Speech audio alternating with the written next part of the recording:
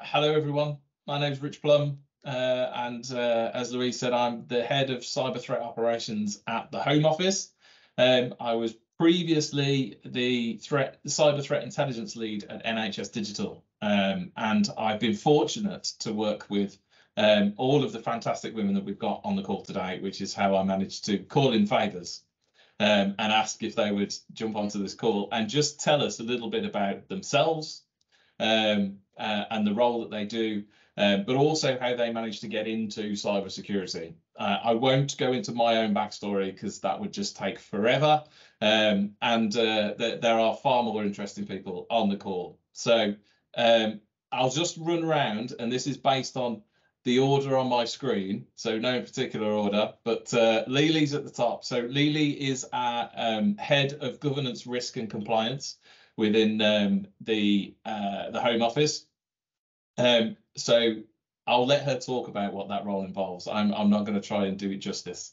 Next, we've got Anna Vine. So Anna is one of our senior threat hunters within the threat operations team within Home Office. So one of the three teams that I cover: threat hunting, threat intelligence, and threat and vulnerability management. We've also got Ella Harvey on the call, who is head of cyber engagement at the Cabinet Office, which is different to Home Office. We have Patricia Powell. So Trish, as she's known, I had the pleasure of working with Trish and being Trish's boss actually at NHS Digital. She's a senior cyber threat intelligence analyst and an absolute legend. She will definitely entertain you with her stories. And then we've got Sam Cook. So Sam is he's working across both threat and vulnerability management and threat intelligence at the moment within our teams at the Home Office. But Sam is very special because she is a fast streamer from the Cabinet Office. So I'm hoping Sam can tell you a little bit about that, because it's so Ella, celebrate. Yeah, it's very interesting actually, the way that that Sam has transitioned across into the Home Office. And Jenny's in the corner there as well. Hello, Jenny. Hello, everyone. Hi there. Sorry I'm a bit late. No worries. I didn't know if I was going to be introducing you, Jenny. Do you want me to introduce you and how this came about? Or do you want, in fact, I'll let you do that. And then we'll move over to this. Yeah, so my daughter Laura goes to King Ed's, so she's there doing her A-levels at the moment. And myself, I come from a background in policing and worked with Rich many moons ago, and somehow we ended up on a bit of a project together. I'm not quite sure how. Well, I ended up on the project and I dragged you in, didn't I? Where we were basically helping Aston University setting up a cybersecurity degree, like you do. So that's kind of how we met. Laura's there is sort of studying and looking at potential career options, and we talked a little bit about cyber as a potential area to go into, but quite conscious that I think still people see it as quite a male-dominated area and not something that necessarily floats everybody's boat. So I reached out to Rich and sort of said, are you able to have a bit of a chat? And then Rich kind of just threw the gauntlet down and then went one next level and just said, I tell you what, I know a fantastic set of women. I'll bring them in, come and have a chat. At which point I said, okay, you've shamed me into it. I'll get in touch with the college and we'll see if we can't make this a bigger event in total. And here we are. So thank you all to everybody who's come onto the line. It's absolutely amazing. And thank you as well to the ladies as well in the Careers Centre as well. And thank you to Rich. Yeah, I'm really looking forward to this. Yeah, thank you. Cool. Cheers, Jenny. Lovely. So I'm not going to just pick on someone. I'm happy for who wants to volunteer to go first. So the idea is we'll have just 10 minutes for each of the panel members to tell us about their role and then how they got into cybersecurity. I'll let someone volunteer. I was fully expecting Trish to go first, to be honest with you. So fine, I'll go first. For reasons it'll become apparent, I do have to read from a script. It'll all become clear shortly. Good afternoon, folks. My journey to cybersecurity, like so many others, was not a direct one. Back in the far-off annals of history, before many of you were born, I started a career in IT. I did entry-level support, a desktop support at a Fortune 500, a Fortune 100 company in the United States. And after some diligent self-study, I became a Microsoft certified systems engineer, and then I transitioned to project management. It's hard to sum up the next 12 years of my life, but in a sentence, I moved internationally 4 times, cared for my dying mom, started a family, founded a women's organization, and ended up living with my husband in North Yorkshire, running a small managed IT services company. Working for our own business for those 8 years meant that my husband and I split a wage. We never had time for family holidays, but it afforded us a flexible schedule and more time to help our sons, both of whom have autism. Once they transferred to high school, they didn't need us as much, and I began to search for my dream career. We closed up shop, and although my husband quickly found a job in cybersecurity, I did not. Despite my experience in IT and founding the women's organization, I wasn't getting any interviews. I added to my repertoire by obtaining a couple of certifications in project management and the Agile framework. Still no takers. I really couldn't understand it. I had a solid grounding in networking, and I had loads of soft skills from raising my family, from the international moves, and community building. I was ready to find success in my new cyber career, but I just couldn't find anybody to give me a chance. So I networked. I read voraciously. I took every class that I could find, free class, because I didn't have a job, right? But I applied for over 100 jobs. It was really hard on the ego to get repeatedly ghosted, but it honed my hunger for the right opportunity. I don't know if any of my disabilities added to my difficulty in getting hired at NHS Digital, now NHS England, but I'm pretty sure that it didn't help in those 100 chances that I took, because saying, oh, by the way, I have mobility issues and I have Tourette's syndrome, it doesn't exactly sell me as a candidate. I tick the word 17 and I hate bananas 200 times a day, at least, for no apparent reason. It's just hard to find a company that's willing to take a chance on you. And I've been so grateful to NHS Digital because they saw beyond those things. They have made a wonderful workplace through different adjustments. And the result is I feel seen by my colleagues for the person that I am: friendly, funny, helpful, knowledgeable, resourceful, and excited to be in the cyber community. As an employer, they got a motivated self-starter with a real passion for writing and cybersecurity. Once I was a member of the threat intelligence team, I've never given them a chance to doubt me. I don't claim to know everything, but I'm very good at researching anything I don't understand. Strong communication skills and a healthy sense of curiosity are an excellent combination for cyber threat intelligence, and a healthy sense of humor is absolutely essential for working with Rich Plum. Sorry, I couldn't help but throw that one in there. I love the fast-paced nature of our work of threat intelligence because it's an ever-changing story, and there's a need to multitask. I get to write for a living. Like, that's amazing to me. I love it. I love the process of writing, and technical writing is just picking a story apart into meaningful chunks and making it simple and easy to understand for everybody. I write for my mother when I write those. If she could understand it, then anybody could. But being a cyber threat intelligence analyst in a fully functioning large cybersecurity operations center, otherwise known as the NHS CSOC, is like being a hard-hitting news reporter. Like, we go and tell all the big stories. We go deep when a story needs it, and we move from story to story pretty fast. I work closely with all the other areas of the CSOC, like threat intelligence, threat hunting, and incident response. And it's deeply fulfilling to know that we work every day to protect doctors and nurses, researchers, care workers, patients, and every one of you. I love this job, and the days go by so quickly. The only reason I even notice it's the end of the day is because my coworkers tell me goodbye. And just for the record, by the way, I do love bananas, but if we're going to talk about what we do, I guess I first need to ask, is it okay if I steal a screen? Is that all right? Okay. So I run the triage side of the team. So there's our team is sort of split up into two different sides. There's the capability and development, and then there's triage. Triage has the most people. There's 3 junior cyber advisors, 2 trainee cyber advisors, a grad student, and an intern. And then I sort of direct the workflow from there. But I'd like to show you sort of what it looks like. Like, what does threat intelligence mean? So I'm going to go over here. This is something that we found today.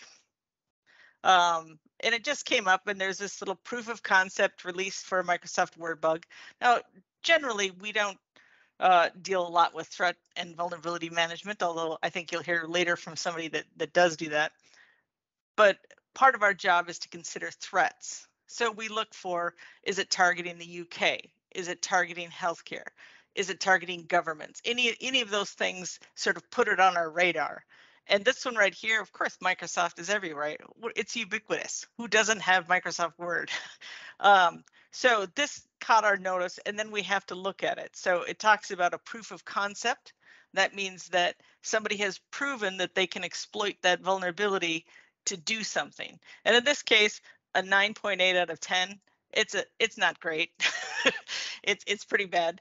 But there's a couple things in here that we look at. First, we look at the whole article, and basically there are 2 links in there. One of them is the initial tweet, which, honest to God, I don't read regex or whatever that is, so I'm not really sure exactly. I'm sure that the threat hunter can tell us exactly what it means, but I do understand what a POC is. And what I do is I rely a lot on security researchers to figure out what are the implications of that. So then it also pointed to the Microsoft article. We look at the actual vulnerability in it. What can it do? Well, it shows that a network attacker could do it. That means that it's going to be a remote attacker. It's not going to be a very hard exploit to do. There's no privileges that are required, which means that they won't have any trouble once they have access to that system. And they don't require a user to click on a link or open a macro or whatever else. And the things that we're always concerned about in cybersecurity are confidentiality, integrity, and availability. The other things that we're really interested in are, is the proof of concept exploit been released, and has it been exploited by the bad actors, the cyber baddies? So going back to this article, we read through all of it. There's some things that we pay attention to. It's a low attack complexity. There's a lack of privileges that are required and no interaction to exploit it. But if we keep going on, it says, I should have highlighted this, that users only have to see it in the preview pane for it to happen. But right now, it is not currently being exploited. I think that's later on here. So at the moment, there's no indication that it's being exploited. We looked at the Microsoft thing. It says it's not being exploited. And also that it's unclear if this can be weaponized. So what do we do with this? Like, it could be a problem. Well, last month, we released this as part of the Microsoft releases, the February updates. What it means is we add a certain line to this one to let everybody know that it's there, so everybody in the estate knows. These cyber alerts are available for everybody. You could read them. Your grandmother could read them. We also have another internal system that we can offer more information on it. So on that other internal system, we might tell organizations it's not been exploited yet, but now that the proof of concept is out there, exploitation will become more likely. So if you haven't patched now, please do so. We also have a mechanism called a high severity alert that if we send it out as a public facing article, but instead of it being medium right here, it goes out as high, that mandates that every single trust and organization across the country will have 2 days to respond and 14 days to act to apply those patches, so that we don't have another event that may have happened in May of 2017 called WannaCry. So I think there's a lot more to threat intelligence, but I think I only have 10 minutes, so I'm going to have to stop. So thank you very much for having me on, and I look forward to your questions. Lovely. Thank you, Trish. I was just tapping away in the background there, and you caught me off guard. Yeah, so I was just going to put in the chat that all of the articles that are on that website that Ella has thankfully linked, those are what Trish's team writes. So yeah, you'll see there's a lot on there. It's a very busy job. I know, because I used to run that team. It was a very busy job. Lovely. I would like to, if it's okay, I'd like to pass over to Ella, if that's all right, because from a security operations perspective that Trish looks after, to move to a slightly different role within cybersecurity. And then we'll probably dip back into security operations afterwards with Anna, if that's all right. Lovely. Yeah. Take it away, Ella. Thanks, Rich. Hey, everyone. So I would say I probably had quite an unconventional route into cyber. So like many of you on the call, I did my A-levels and then went to uni and did a law degree, which you wouldn't usually think of people in necessarily working in cyber of doing that kind of degree. So basically, I was interested in all things sort of political, legal, moral, and that's the kind of thing you will get from that sort of course. And that gives you a lot of soft skills to actually take into a technical role or a role like cyber, where a lot of it is actually about the human element. So much of cybersecurity is understanding your adversary as much as it is understanding the methods that they use to do their attacks. So after I did my law degree, I went on a graduate scheme with NHS Digital, which is where Trish has come from as well, in project and program delivery. So that was all about technical projects and programs, and that gave me that sort of step in the door into the more technical world. As I came to the end of that scheme, so I did a lot of different things around different projects in the NHS. I had the opportunity to do cyber projects and programs. So I did that as a graduate and then decided that it was really interesting. And so took a full permanent role as a cybersecurity project manager. From that, I sort of sidestepped more into the operations space that Trish and Rich have talked a bit about, and then realised that maybe, you know, the sort of in-depth technical roles weren't for me. I preferred the more softer skill type roles, which a lot of the time get called sort of supplementary or supportive roles to technical roles. So there's the technical, where you will be, you know, really obviously looking at the nitty gritty of the problem, and then the people that help do the problem solving. So if that's the more of the way that your brain works, and that's the sort of good way to think, am I really interested in that like nitty gritty technical, or do I want to actually do something a bit more broad ranging? So after I did that for a couple of years, different cyber projects, worked in the CSOC alongside Trish, and that was all around improving their operating model, so how they work as a SOC.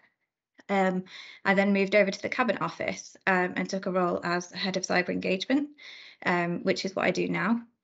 And that is a lot around that people element that I mentioned earlier. So it's all about understanding the different stakeholders across cyber. So all of the different sort of roles and teams that you might see across cyber in government, making sure that they're all connected up. Thanks, Rich. So many acronyms. That is one thing you will learn about cyber. So yeah, my role now is still very much not a technical role, but critical to cyber, making sure that the government's cyber approach works, because that's all about understanding any new initiatives that get rolled out in cyber across government. Have people been properly consulted on those? Do they understand them? What might that look like if it was implemented in different departments, for example, the Home Office? So that makes up a lot of my role now. So I think that was a real like whistle stop bridge. But I suppose I just wanted to say that if you're on this call and you're thinking of a career in cyber but aren't necessarily sure you want to go down that technical route, that there are still options for you. Lovely. Cheers, Ella. I imagine there might be some questions coming your way at the end, to be fair. But yeah, and one of the reasons why I asked these specific people to come onto this call is because we have a wide range of different roles within cybersecurity. Like, cybersecurity is not just doing technical stuff, as Ella said. There are so many other roles available, from right across the board, you know, from understanding really super technical stuff up to things around cyber awareness and culture and all that sort of stuff. So it genuinely is a really broad spectrum of different roles across the cyber landscape. And talking of technical roles, so I'm going to pass over to Anna next. So Anna, being a threat hunter, you might not understand what that is. But yeah, the threat hunters work in partnership with threat intelligence teams within a security operations center in order to detect attacks. And I will stop talking there because I don't want to steal your thunder. So I'll hand over to Anna. No, that's really handy to give that intro. Thanks, Rich. Similar to Ella, I also come from a non-technical background, so I'll cover that through talking to you guys as well. So I'm Anna. I'm a senior cyber threat analyst in the Home Office Cybersecurity Operations Centre. I've gone from being a cybersecurity apprentice 3 years ago through to my current role, where my main responsibility is threat hunting. So for those of you that aren't aware of threat hunting, it involves proactively investigating our networks and infrastructure based on threat intelligence. So say something that Patricia might have found, it gets shared around our operations centre. And we look at known suspicious or malicious activities or threat actors. We then work on the basis of an assumption of a breach. So that idea that attackers may already be in our environment. So we kind of we have a go at kind of creating that activity and try to then create alerts that would detect on this activity if this did become a reality. I've got some job specs that I'll post in the chat later for the level 4 and level 6 cybersecurity apprenticeships. So if we've got time to come back to that later in this call, I will put them in and I can answer some questions there. If not, I'll forward them on to Faye and Louise as well to take away. So similar to Ella, I didn't come from a cybersecurity background or study any STEM subjects. For my A-levels, I did English literature, history and business studies. I didn't have any idea what I wanted to do at university at that point or do in my career. So I wanted to keep my options open whilst also trying to make sure I was studying something that I really enjoyed as well. I followed that through to university, where I picked English literature and American studies. Again, I really enjoyed these subjects and the programme that they had at the University of Manchester. Again, still had no idea what I wanted to do for my career, so I felt like doing a humanities degree, I'd learn a lot of transferable skills, and with English and American studies, I'd learn a lot about society, politics, and why we as society have gotten to this current point. So some of the transferable skills that I learned there included objective perspectives on literature, history, politics, cultural patterns, critical analysis, creative problem solving, selective and versatile reasoning, and extensive research methods, which I feel like I use on a day-to-day in my current job as a cyber threat analyst. After university, it was a really overwhelming time with what I wanted to do next. So any advice would just to be take your time and apply for lots of different jobs. So after a lot of job applications, I went into the NHS. I felt like I wanted to move into the public sector. I wanted to contribute to society and apply those transferable skills that I learned with my degree. So there I was an information analyst, and I collated information from across various hospitals in the north. And again, I was utilising skills such as sourcing critical data. I learned how to code there and create bespoke information requests whilst balancing working in an office, coinciding deadlines and analysing clinical and operational data. So then the move into cyber. So cyber is everywhere now, and I find it really interesting how it underpins society. So I was really, really keen to get involved there. So we all have a digital footprint, and I felt that cybersecurity would be a really exciting place to start working in. So I wanted to move into a job which had a more tangible effect on helping the general public, and cybersecurity seemed like the best fit for that.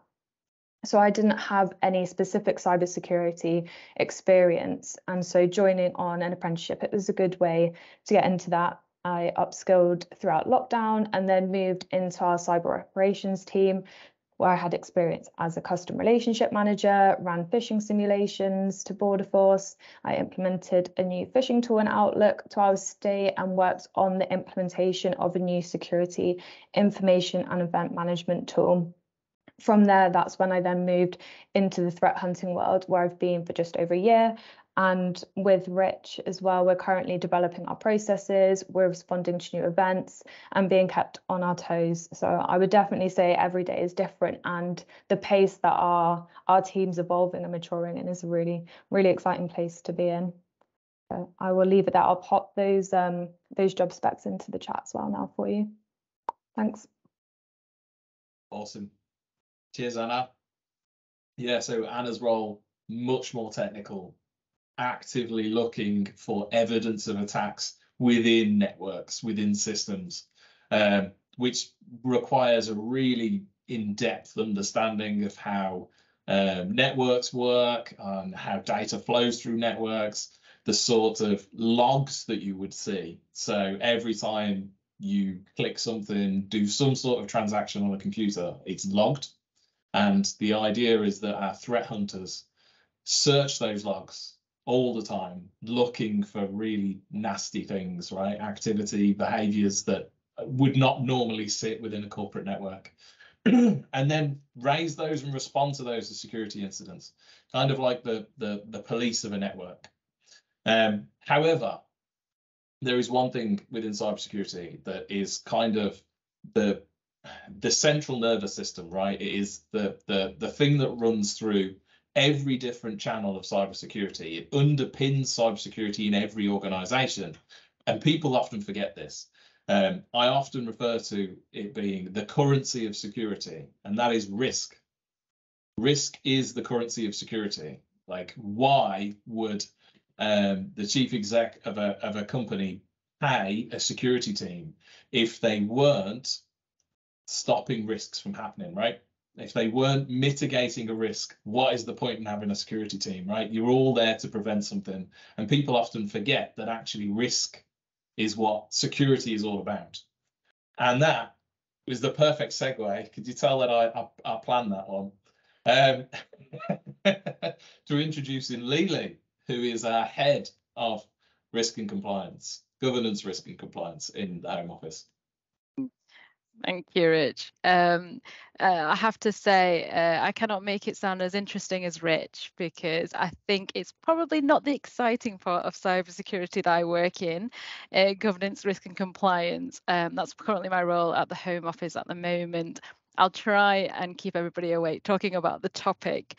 It's a challenge for me. For me, I'm a little bit of a nerd. I'm really passionate about the subject. So it is something I feel really passionate about. So to me, it's really interesting. But I guess I could take you back to where I started my career to kind of talk about how I got into cybersecurity. So I did maths, accounting, business studies in A-level. I went to university, did business studies, and actually, coincidentally, with the same university as Anna. At the University of Manchester.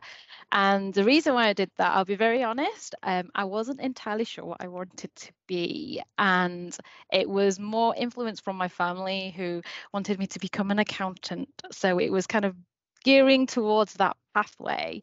So what I ended up doing is, after I graduated from uni, to be honest, I didn't really have a preference myself, so I did actually kind of move towards that route.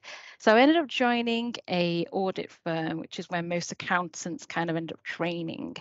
So I joined a consultancy firm called Grant Thornton, and it was an interesting experience. I joined originally as to do like an audit trainee, so I was studying towards becoming an accountant. And to be honest, as I was doing that, I clearly found that I'm not really cut out to be one. Being good at maths doesn't mean you're good at, accountancy. They're very different.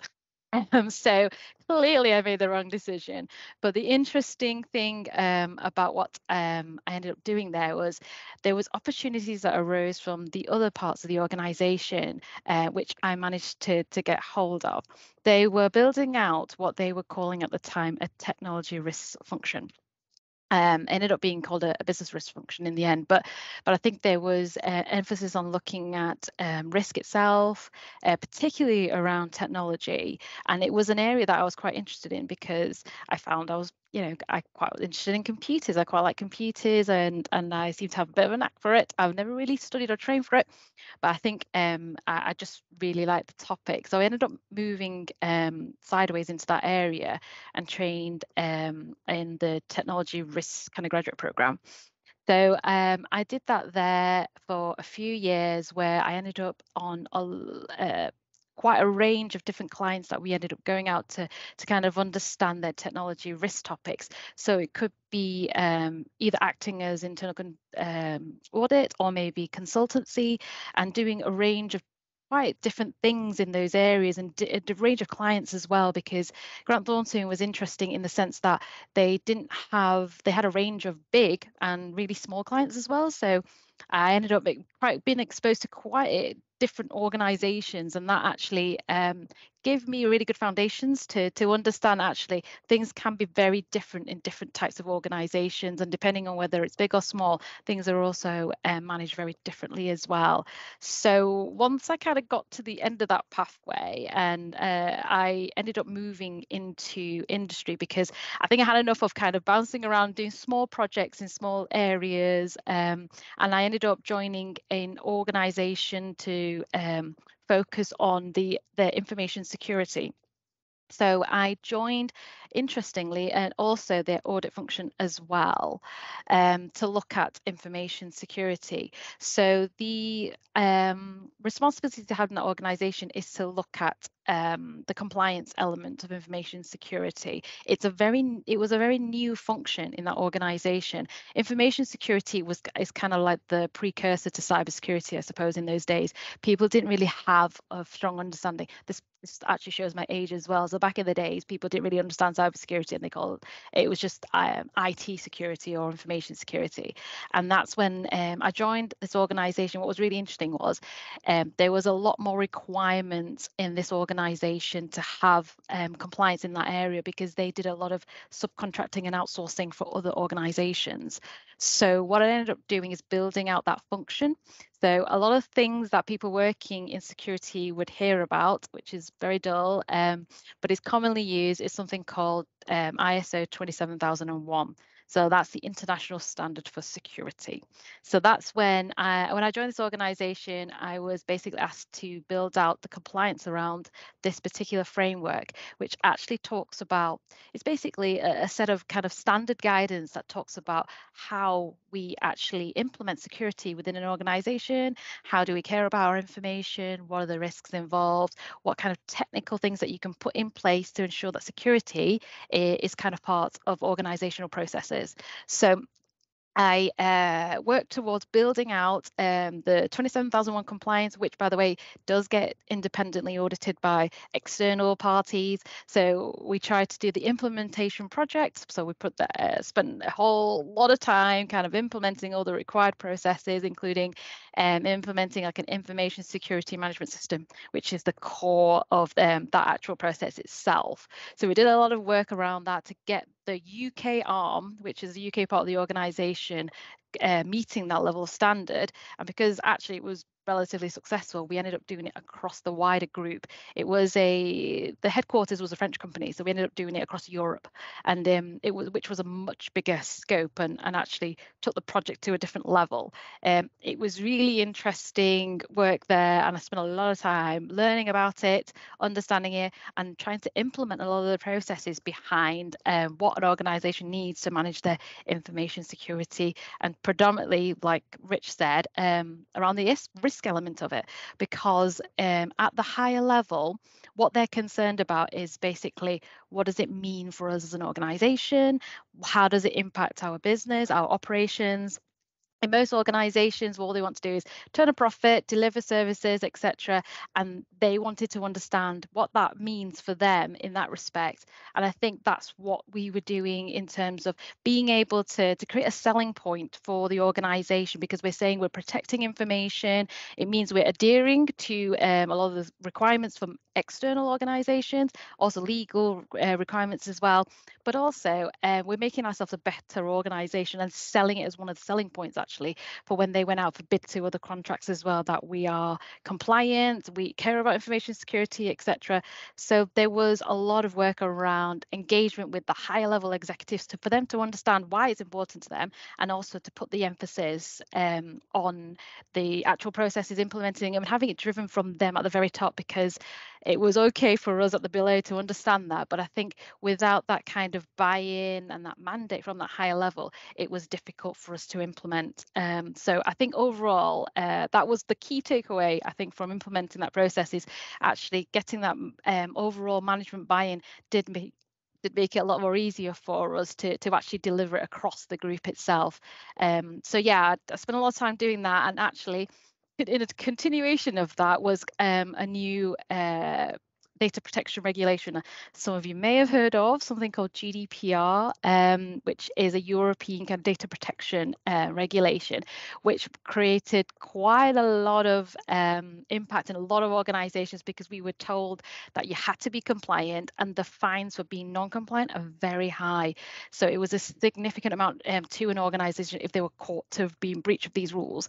Hence, then I ended up moving on to a project to kind of deliver the compliance for GDPR within this organization for all their contracts that were relevant. So that ended up kind of leading me to a different pathway to kind of then talk about data protection, and which I think is linked to cybersecurity, because a big part of that legislation is about implementing a lot of technical and security measures, but it also had a different kind of lens to it, in the sense that it was a legal aspect, and there was a lot of legal requirements I needed to understand. So after we did that project, I think I kind of exhausted my role within that organization, delivered quite two big things, and I think it kind of came to a point where cybersecurity began to be something that was more recognized as a career, a focus, something that was organizations were starting to spin up internally, and that's when I was actually poached. I was headhunted by a financial institution, American financial institution. So I ended up working in their cybersecurity function, looking at internal audits for them, cybersecurity audits, which was a completely new experience, because financial institutions are very heavily regulated, and I ended up doing a lot of work around understanding the cybersecurity requirements, whether it's illegal, but also internal requirements, and then doing a lot of kind of deep dive investigations and reviews of cybersecurity areas, which were very interesting, because this organization was huge and had a lot of different cybersecurity functions, which, to be honest with you, ended up being a lot of money spent in quite a lot of different areas. Something that's quite common in a lot of implementations of cybersecurity is shiny new toys, implementing lots of different things, but actually may not necessarily achieve the desired effect or impact or value, which is a lot of work that I did while I was in that organization, to kind of understand that a bit more, and then also flag in what they should be concerned about, what was adding that value, and also potential gaps or improvements within those areas. Sorry about that. I was just reading the comments. I thought it was specific to me. But that's broadly speaking what I was doing before I arrived at the Home Office. There was a lot of things that I did in that financial institution that was really interesting because they had a really big budget, to be honest, to be spending in cybersecurity. So they did a lot in those areas. I think the threat intel side of it was also very interesting. And they had a lot of things like internal kind of penetration testing, things like that. So I was involved in quite a few different big projects there, more from a compliance lens rather than anything else. But it was still made it really big eye opener for me, for which kind of set the ground running for me when I joined the Home Office. Which what is my current role at the moment is looking at governance, risk and compliance. And what I've learned is, to be honest, although governance, risk and compliance sounds like three different things, and to be honest, they really are. They're all kind of interlinked in the sense that it's ensuring that the correct decisions are being made about cybersecurity, that we are doing things that help the overall organisation to achieve their objectives. But at the same time, I think an important part of it is understanding the risk, understanding how we're managing it to a level that we're happy with. And from a compliance aspect is to ensure that continuous improvement, because all these things change very quickly. Risk itself and cybersecurity risk changes very swiftly and quickly. We need to be fully on top of understanding all the things that are coming from the threat side, how that is impacting that risk position itself, but also at the same time, what are we implementing, which in most cases I would refer to them as controls, and how that control is actually mitigating that risk, how well it's doing that, and then also seeing on an ongoing basis how this is constantly changing, and how we keep that balance of the acceptable number of controls that are in place to manage that changes in the threat and the risk levels as well. So that's basically what I'm trying to simplify what I do on a daily basis.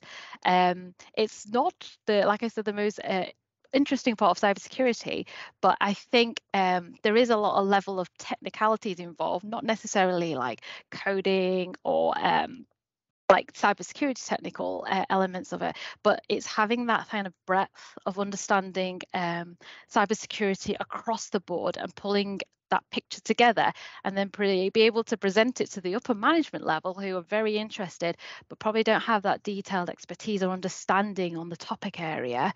So we're kind of like the person in the middle to try and explain that to them, tell them which areas they need to be concerned about and where they need to take action. So apologies for rambling a bit on. Happy to take any questions afterwards, but I'll give other people a chance to talk now. As someone who says she works in the boring area of cybersecurity, it's quite clear that Lily thoroughly enjoys her job, right? Awesome. And then, of course, I've left Sam till last, not for any particular reason, except the fact that I know she won't be upset about being last. But no, Sam is one of these people, right, that is like a Swiss Army knife of security. Like Sam, you can point at any problem and she will fix it.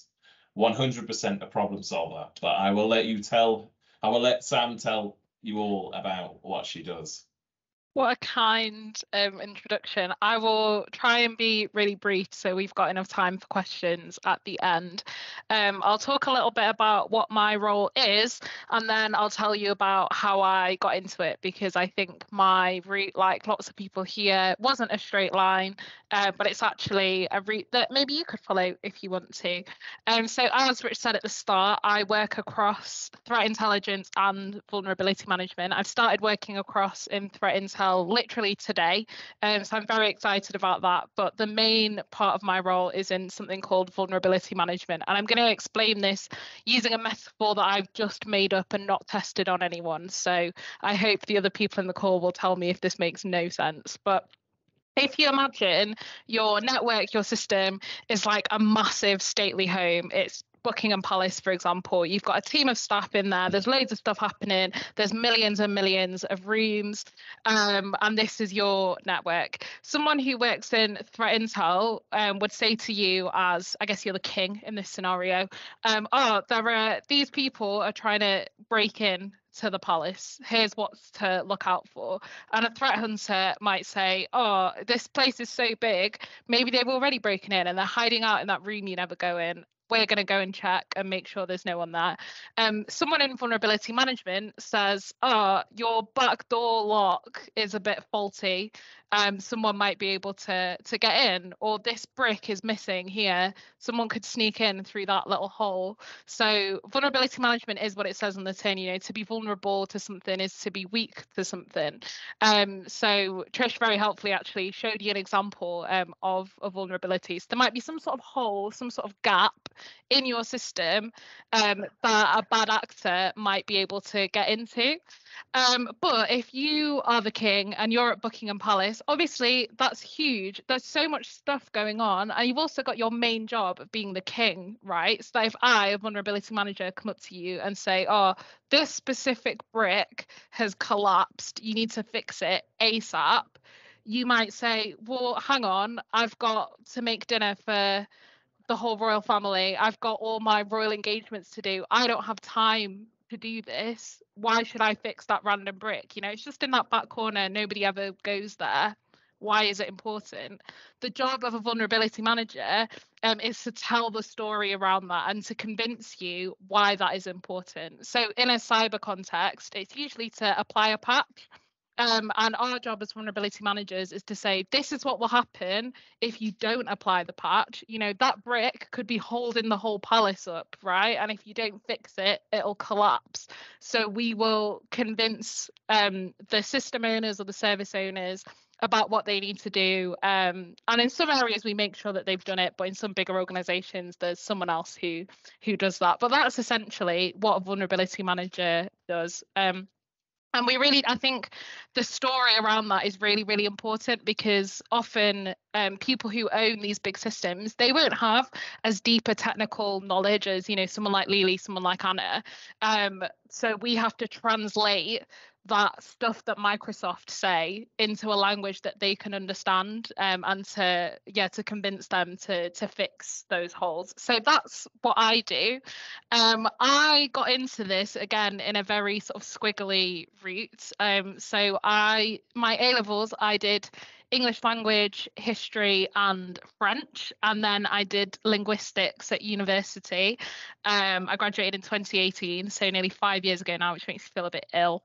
But the reason why I picked linguistics was because firstly, I loved my English language A-level, and when I was at school, I did something called the Linguistics Olympiad, and you might have at your school something like the Physics Olympiad or the Biology Olympiad. It's one of those science competitions, I guess, but this was a linguistics one, which was essentially language problem solving. And Rich said I'm a problem solver. I really do like solving puzzles and things like that. So that introduced me to linguistics. And again, like lots of people here, I had absolutely no idea what I wanted to do after university. You know, my family weren't putting any pressure on me to do anything. They were just really proud of me no matter what I did. I was very lucky. So I decided to do linguistics because I loved it so much, and I had the best time at university. I absolutely loved my degree, but I think the main job you can do with a linguistics degree is like be Susie Dent on Countdown, and that job's already taken, and so I had to find something else. And I actually, in the end, I did something else for it, but I was actually a secondary school teacher for a couple of years. I was an English teacher at a secondary school here in Manchester, and I taught for about 2.5 years, and then I applied for something called the Civil Service Fast Stream, which is a graduate scheme run by the Cabinet Office. And to get onto this, there are lots of different areas, and they've got a digital data technology and cyber area that you can apply to. And I wanted to apply to that because I am, again, like some other people here, just generally a bit geeky, and I do really like computers. I always have done. I have no training in it whatsoever. I've got not even an ICT GCSE. It's like a level 2 certificate. It's not even a GCSE, like absolutely no training on it whatsoever. But, you know, I love playing games. I've used a computer since like the late 90s, and I was born in 1997. So, you know, since very early on. And the good thing about this scheme is you don't need any technical background to apply for it. You just need to have a degree and be willing to learn. It's not easy to get onto by any means, but it was a really good opportunity for me to learn something new, because I still wanted to have a craft and I wanted to remain in the public sector and to do something where I feel like I'm helping people. You know, the Home Office is absolutely huge and supports some of the most critical infrastructure in this country. You know, everything from the gates you go in, you know, where you put your passport in at the airport, to, you know, asylum seekers, all sorts of things like that. And we use technology to power all of that. So if I could leave you with anything, it would be that if you don't know what you want to do right now, that's totally fine. There are so few careers where the decisions you make at the age you're at now will block them off for you forever. It's really not the case. You know, in cyber, I've been able to join. I've been on this scheme. I'm about 6 months in now, and I'm learning so much, and things that I thought were really scary to me, like, you know, coding and just the concept of cyber and being a programmer and sitting away being hacker man on your screen. It's actually not that scary at all. If you've got a logical, analytical mind, you can pick it up. And the good thing about cyber being so popular now is there are so many free resources online, and lots of them are specifically aimed at women as well. So I do a coding boot camp on a Wednesday nights that's aimed just at women, and it's completely free. So there are so many opportunities to get involved. But I'll hand back over because I think we've got a little bit of time for questions now. We did have one. That is, I'm scrolling back up, from Jenny. And Anna did answer it. I will add a little bit to that, if that's all right. So Jenny asked, what is the main objective for someone to put a threat into a system like the NHS? Does it lead to extortion, or are there other motivations? Lots of other motivations, as Anna has suggested. So there could be geopolitical, and actually in government, that's one of our biggest threats, is the threats from nation state actors, especially with the things that are going on over in Eastern Europe. So yeah, we do consider nation states as one of the biggest threats, because they do have lots of resources and can spend a lot of time trying to get into your networks in order to do all sorts of nefarious things. Specifically, the focus on three things. That's always, this is if you ever want to get into cybersecurity and you want to start at the ground floor, first thing they're going to talk to you about is the CIA triad, right? Confidentiality, integrity, and availability.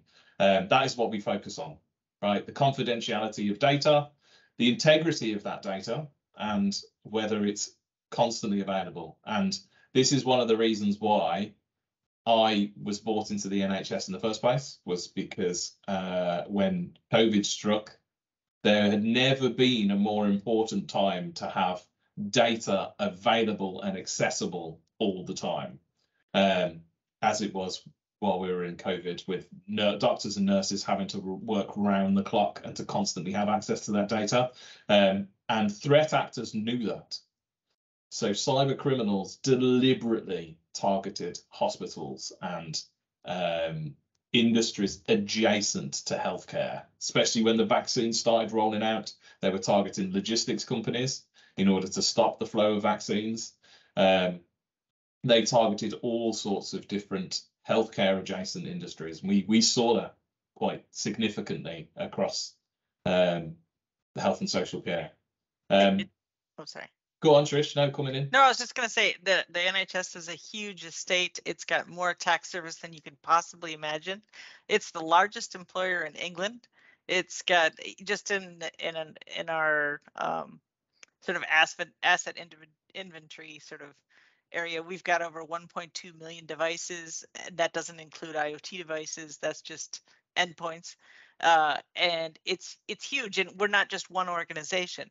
We're hundreds of different organizations, GPs, hospitals, trusts, every single social health, social care and healthcare sort of facility. It's all their own. We have to protect it all. It is so enormous. And I agree. There's the cyber criminals who want the money. There's the nation state who also sometimes want the money or espionage. But what's the benefit? We're not like American healthcare. We don't pay the way that they pay, but some of our suppliers might. and we have to be aware of everything, not only what we're doing, but also make sure that our connections to our suppliers are secure and that sort of thing too. So that's all I wanted to say, is how huge it was. Lovely. Cheers, Trish. We have had a question from Louise. If you had one piece of advice for students online, what would it be? I'm going to offer that out to the panel.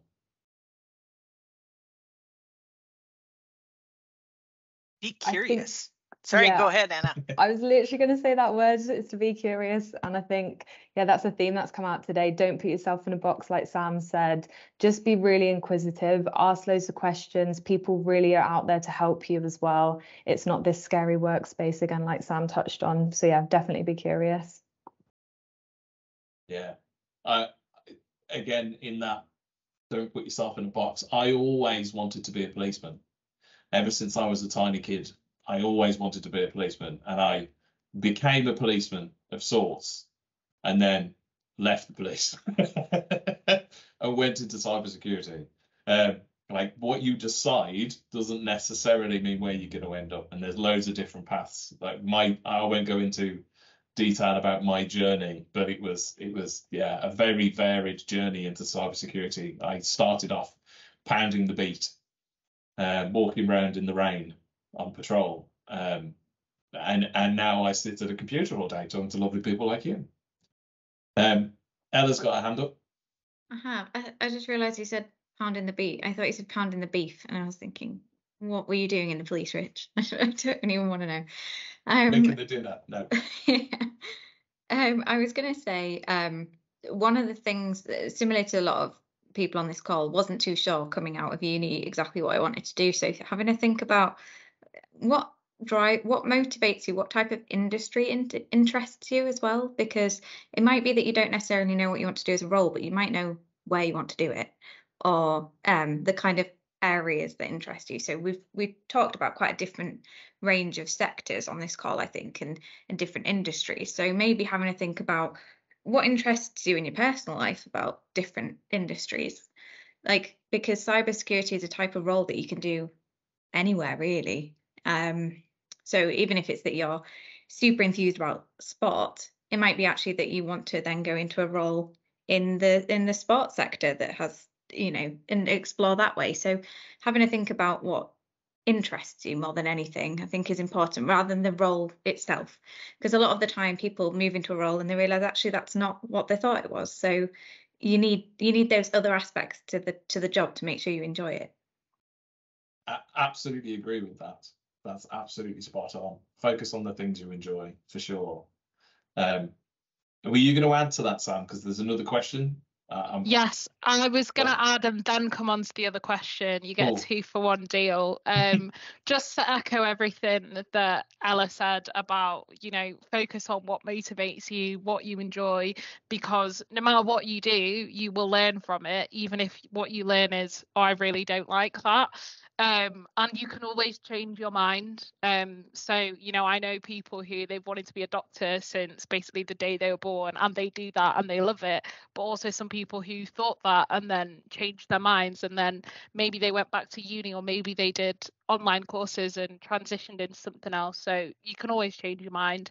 To go on to Laura's question that's in the chat, my suggestion would be to keep up with like cyber news and trends. I wouldn't say necessarily to do any specific online course, especially if you have to pay for it, just because things change all the time. So by the time, you know, 5 years from now, everything will probably be so different. But what would be useful to you now is to, I think, get an awareness of what type of attacks are out there, why do people do them, how do people protect against them. There are some blogs that you can subscribe to, some podcasts as well, that just, I think, just to keep aware of the news is probably the best thing to do now. And also practice your own online cybersecurity, you know, in your personal life. I would also say learn the acronyms. That's probably a good thing to do. Like, looking at acronyms and understanding acronyms is a great thing, because they're used everywhere in cyber. And a skill that will never go to waste, although it is not required. Like, I'm sure this has been mentioned multiple times. It is not required, but it would never go to waste. And that is learning to code. It doesn't matter any particular language. Pick a language to code in. It's fine. Coding is loads of fun because you can build things, and seeing the things that you make, you know, when you build something in a piece of code, you know, some sort of application or script or whatever it is, and you watch it do its function, then that is actually really quite a rewarding thing, and it's fun. There's loads of fun coding things you can do. Learning to code will never go to waste in cybersecurity, but it also opens up other doors as well if you wanted to go into software development or something else. Like, but that is a skill that's really useful, but not required, I have to say. Like, you don't have to code. There are lots of people on this call now that don't necessarily code, but still very successful in cybersecurity. And Trisha's got her hand up. She's been so patient. No, I just wanted to say that also Excel.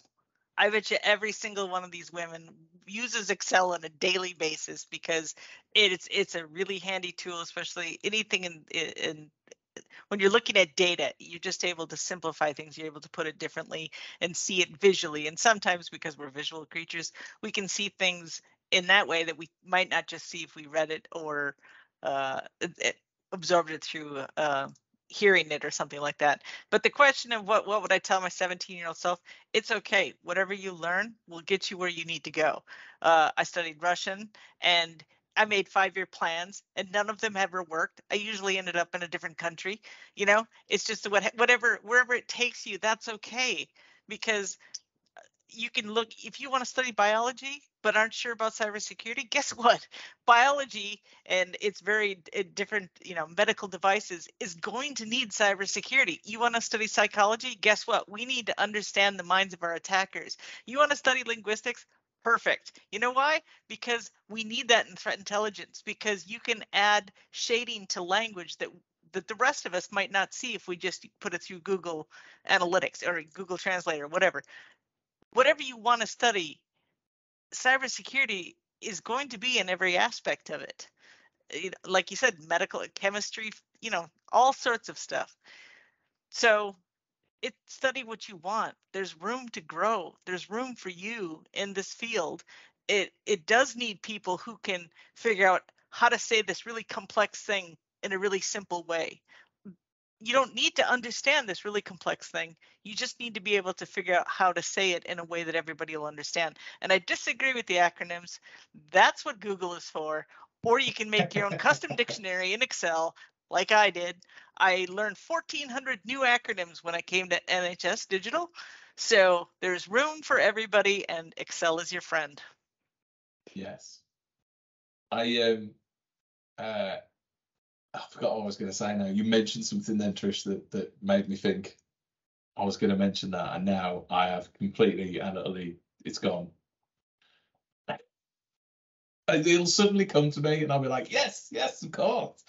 But no, I've forgotten what I was going to say. And we are 7 minutes over time. Louise has now shown her face again to tell us what's true.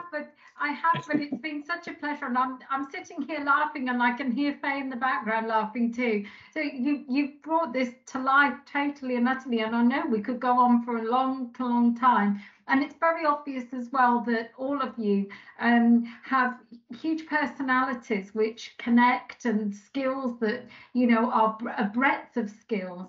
And it's really refreshing to understand a little bit more that there actually isn't this sort of stereotype that I think probably a lot of us might have come into this actually thinking about. And you've brought to life a whole host of characters within yourselves and skills. And I loved Sam's referral. We had a talk last night from Aston University about careers research, and they talked about the squiggly career, which I know is actually a well-known sort of phrase.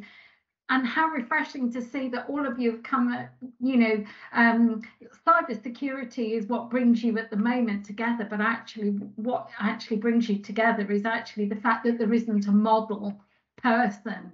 It's actually the students online, you know, are very, very capable of looking at this career in the longer term, but actually mostly through circuitous routes.